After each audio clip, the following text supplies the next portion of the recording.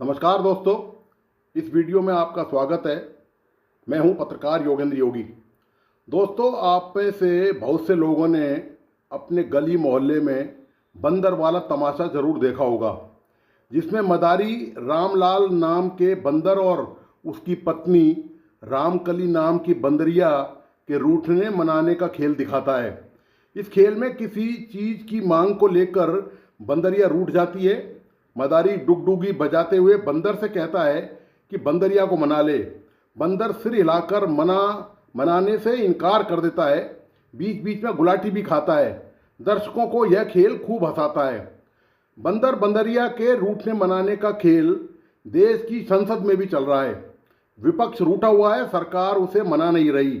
दोनों संसद की कार्रवाई नहीं चलने देने के लिए एक दूसरे पर आरोप लगा रहे हैं।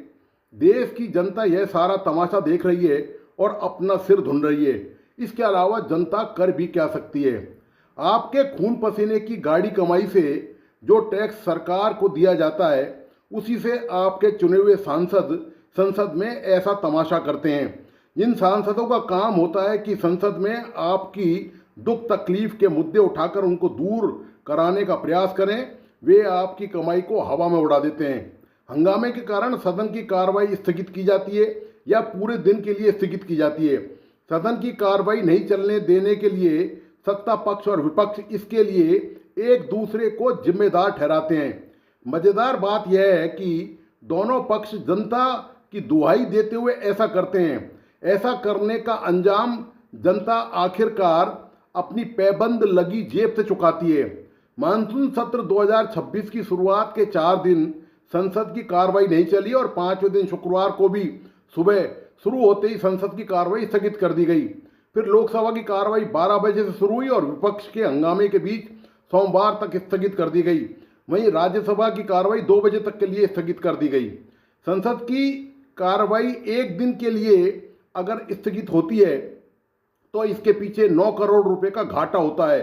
ये घाटे से मतलब ये पैसा जो आप देते हैं वो ये घाटा है। इस रकम को प्रति घंटे और प्रति मिनट के आधार पर देखते हैं। यह प्रति घंटे और 1,50,00,000 यानी 1.5 करोड़ और प्रति मिनट के हिसाब से देखें तो करीब 2.5 लाख रुपए बैठती है। लोकसभा में कार्रवाई स्थगित करने का अधिकार स्पीकर अध्यक्ष के पास होता है। राज्यसभा में यह अधिकार सभापति की कुर्सी पर बैठे उपराष्ट्रपति या उनकी गैर मौजूदगी में बैठक को संचालित कर रहे उपसभापति या पीठासीन अधिकारी के पास होता है।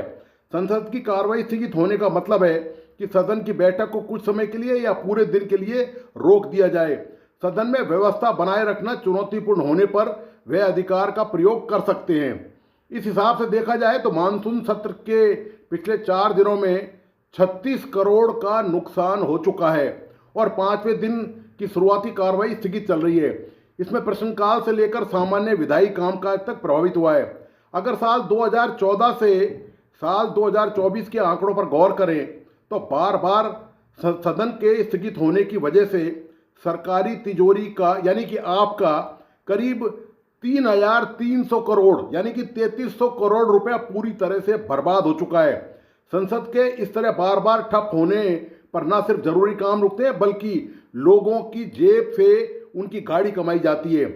संसद में जो पैसा खर्च होता है वो इन्हीं सांसदों के वेतन भत्ते और सुविधाओं पर होता है। उसमें से करीब 40% खर्च है।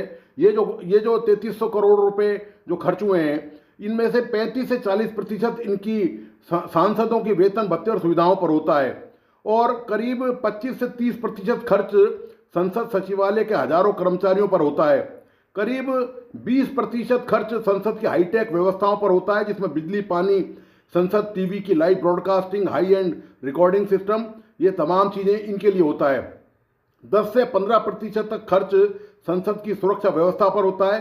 दिल्ली पुलिस, सीआरपीएफ, संसद सुरक्षा सेवा, 24 घंटे चलने वाला सीसीटीवी नेटवर्क, आधुनिक स्कैनर और बायोमेट्रिक सिस्टम, ये सब चलते हैं तब इतना खर्चा आता है।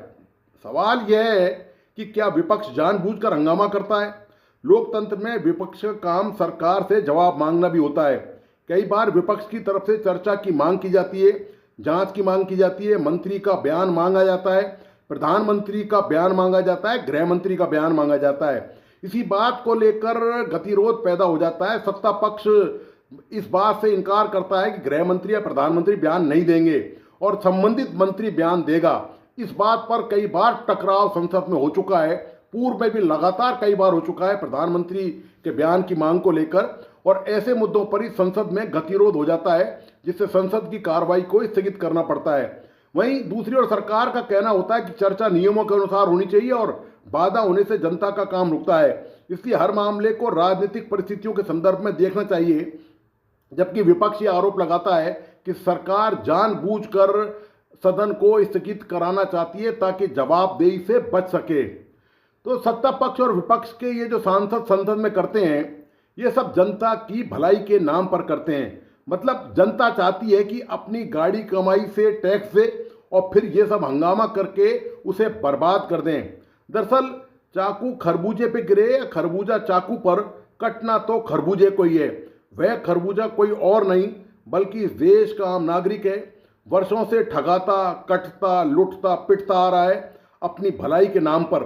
कानून की आड़ लेकर टैक्स के जरिए आम आदमी की जेब पर डांका डालने और रुपए उड़ाने का यह खेल संसद के मौजूदा मानसून सत्र में चल रहा है। आपकी खुशहाली के लिए ऐसे ही तमाशे आगे भी चलते रहेंगे।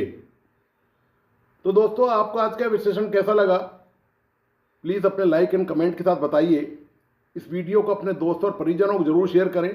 मेरा तमाम दोस्तों से आग्रह है कि प्लीज़ इस यूट्यूब चैनल को लाइक करें, सब्सक्राइब करें एवं बेल आइकन का बटन जरूर दबाइए। धन्यवाद, नमस्कार।